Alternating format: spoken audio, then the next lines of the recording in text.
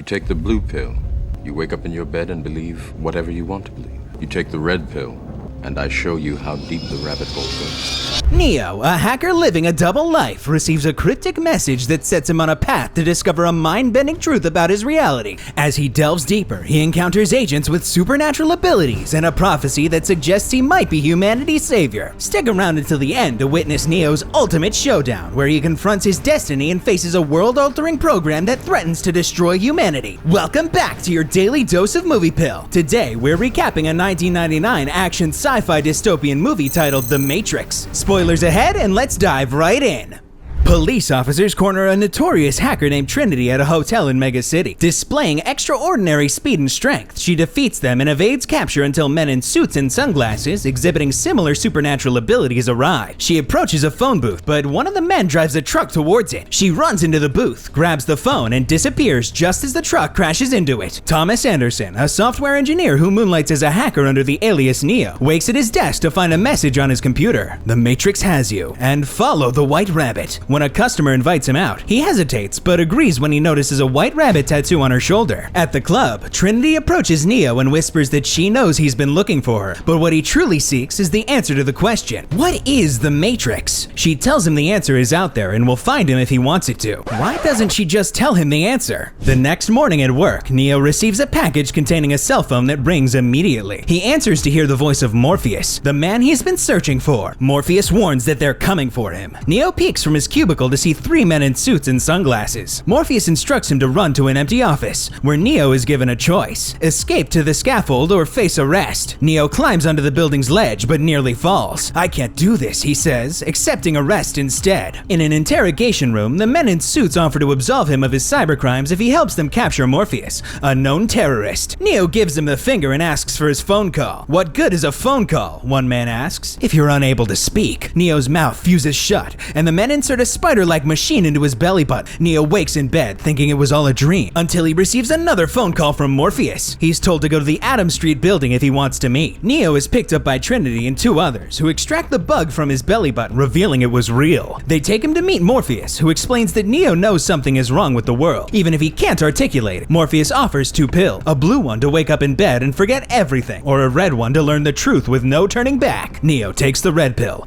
This is actually my favorite scene. It was so iconic that I made it the symbol of my channel. Morpheus brings him to a room where Trinity and the others are working on machinery connected to a chair. As Neo sits, Morpheus explains that the pill is part of a trace program to pinpoint his location outside the Matrix. As the process begins, reality seems to distort, and then Neo wakes up naked in a mechanical pod filled with red fluid. He looks around and sees thousands of other pods just like his. Suddenly, the wires plugged into his body disconnect, and the pod drains, sending him down a tube until he splashes into a pool below. He is quickly picked up by a ship. Inside, he sees Morpheus and stays conscious just long enough to hear him say, "Welcome to the real world." Later, Neo wakes in a bed dressed in ragged clothes. He pulls a wire from his arm and finds a mechanical socket on the back of his neck. Morpheus greets him and begins to reveal the truth. It's not 1999, as Neo believes, but closer to 2199. He asks Neo to follow him. "This is my ship," he says, "the Nebuchadnezzar." He introduces the crew: Trinity, Apoc, Switch, Cypher, Mouse, Tank, and Dozer. Tank and Dozer are brothers. They have Neo sit in a chair where a cord is plugged into the socket in the back of his neck. He wakes inside a virtual world where Morpheus greets him and explains that they're in a program where anything can be loaded. He tells Neo that the world he knows, the reality he has been living in, is not real, but a computer simulation known as the Matrix. I feel like some of us, maybe even all of us, are inside some kind of Matrix. The real world is an apocalyptic desert, and Morpheus and Neo suddenly find themselves in a digital rendition of it. Morpheus tells Neo the bits and pieces they know. Humanity created artificial intelligence, which grew beyond their ability to control. War broke out, so humans scorched the sky to block the sun, which powered the machine. Without solar energy, the machines found a new power source: humans.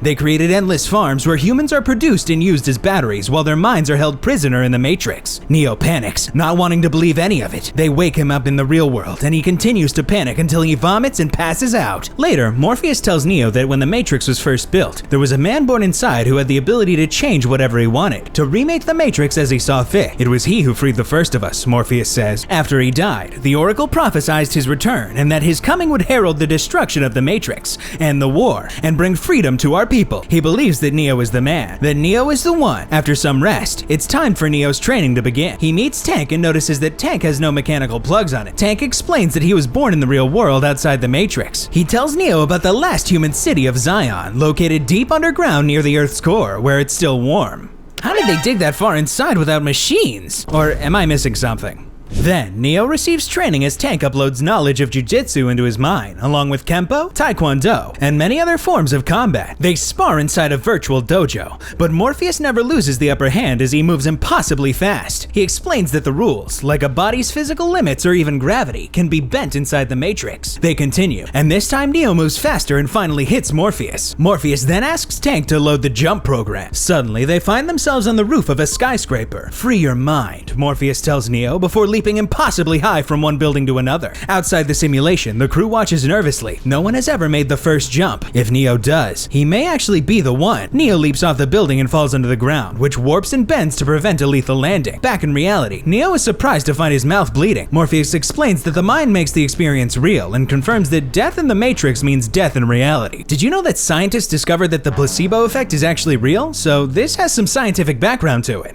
Inside the program again, Morpheus demonstrates that no one plugged into the Matrix can be trusted because they can be taken over by an agent anytime. The agents, the men in suits and sunglasses, are protectors of the Matrix. Morpheus explains that anyone who has ever fought an agent has died. However, he believes Neo will be the first to defeat them successfully. Although agents are impossibly fast and strong, they are still subject to physical laws, which Neo, as the One, will soon be free of. Exiting the simulation, they find their ship being chased by a Sentinel, a squid-like machine that destroys rogue humans. They land quietly, shut off the power, and prepare an EMP, or electromagnetic pulse. Trinity explains that it disables any electrical systems in the blast radius and is the only weapon they have against the machine. The Sentinels pass by without incident, and the EMP is not used. Over a drink, Cypher laments to Neo how he regrets not taking the blue pill and undermines Morpheus' promise that Neo is the one. Inside the Matrix, Cypher meets with an agent and finalizes their agreement. The machines will wipe Cypher's memory and put him back in the Matrix as a wealthy, successful man to live in blissful ignorance. In return, he'll give them Morpheus. Later, Neo is brought back inside the Matrix to meet with the Oracle. Before seeing her, he asks Trinity what happened at her meeting with the Oracle. She starts to answer but hesitates and stops herself. Morpheus is more forthcoming, telling Neo that the Oracle is the one who told them the prophecy of the One and that she told Morpheus that he would find the One. He explains that she is a guide who helps you find the path. In the waiting room, Neo sees children referred to as potentials, each showing strange abilities, including one who bends spoons with his mind. The child tells Neo that this trick is to realize there is no spoon. Neo tries and is able to bend it as well. He's brought in to see the Oracle and finds a woman baking cookies. She asks if Neo thinks he's the one. When he is uncertain, she explains that if he were the one, he would know it. Then she takes a closer look at him. "You already know what I'm going to tell you," she says. "I'm not the one," he responds.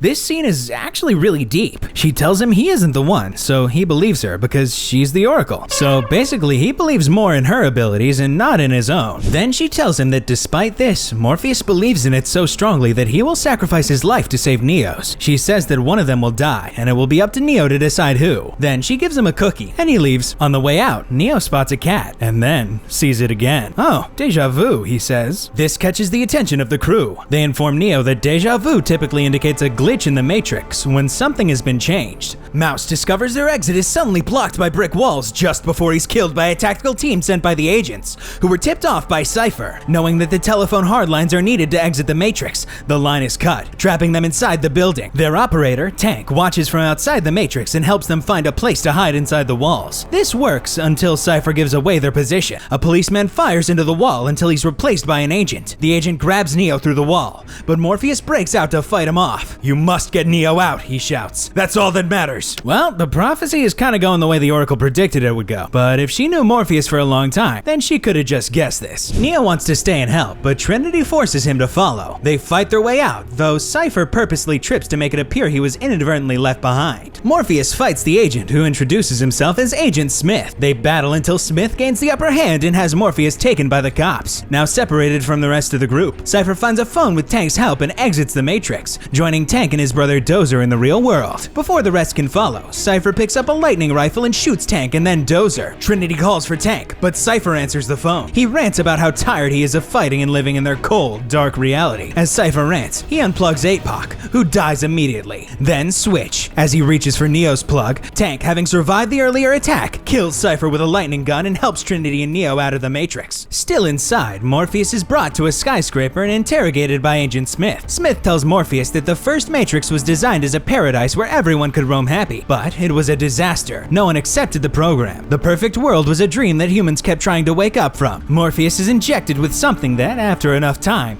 will crack his mind and force him to tell the agents what they want to know. Monitoring outside the Matrix, Tank explains to Neo that the agents want code to Zion's mainframe computer, which are given to the leader of every ship. If an agent got into their mainframe, they could destroy humanity. That means that basically Morpheus sacrificed the whole of humanity for a guy that some old lady in the Matrix called the One to save humanity. Seems like a good decision. Tank insists that they have to pull the plug and kill Morpheus to keep the code secret and protect Zion. But before he can, Neo stops him. Neo says he will enter the Matrix to rescue Morpheus. He recalls that the Oracle told him he would have to choose who lives, him or Morpheus. He believes that if he sacrifices himself, Morpheus will live. Since he trusts the Oracle's words that he is not the one, he thinks his life is not worth saving over Morpheus's. Though the crew thinks Neo is crazy, they agree to give him a chance. Trinity insists on joining him. In the loading program, Neo tells Tank that they need gun. Lots of gun. Agent Smith asks the other agents to leave him alone with Morpheus. He removes his earpiece to avoid being monitored and tells Morpheus how much he hates this world. He can't stand the smell of it and longs to be free. To achieve that, he needs Morpheus to give him the codes to Zion. Meanwhile, Neo and Trinity use their incredible speed, acrobatics, and guns to fight their way up to the roof. Things go smoothly until an agent arrives. Neo fires repeatedly, but the agent dodges every bullet. When the agent fires back, Neo dodges all but one bullet, which knocks him down. The agent approaches, but Trinity shoots him in the head, saving Neo. She asks how he moves so fast, noting that he moved like the agents. Neo has no answer. Neo needs to believe in his abilities. Using a helicopter left by the tactical team, Neo and Trinity fly to the side of the building and rescue Morpheus. Once they get away from the chaos, Neo tries to tell Morpheus the truth about the Oracle. Neo says, "She told me," but Morpheus interrupts. "Exactly what you needed to hear. That's all." Tank finds them a hard line at the subway station, and they head to. Morpheus and Trinity exit just before Agent Smith arrives and destroys the phone,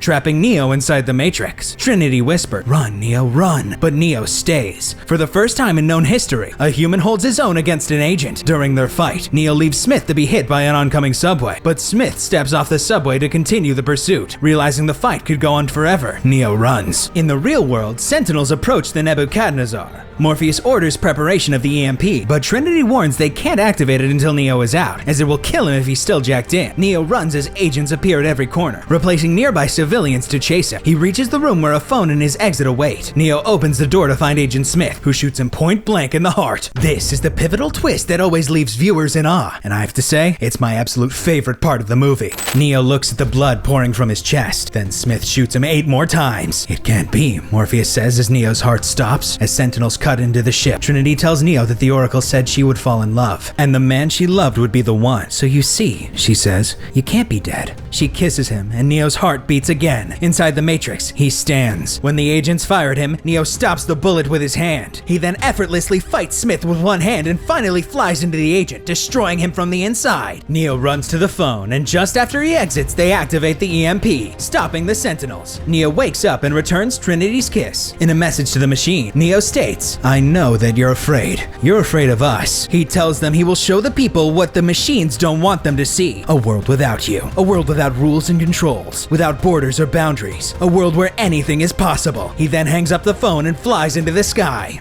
The ending scene where the movie ends and the Matrix is shown as the ending credits are being played, it's such a masterpiece.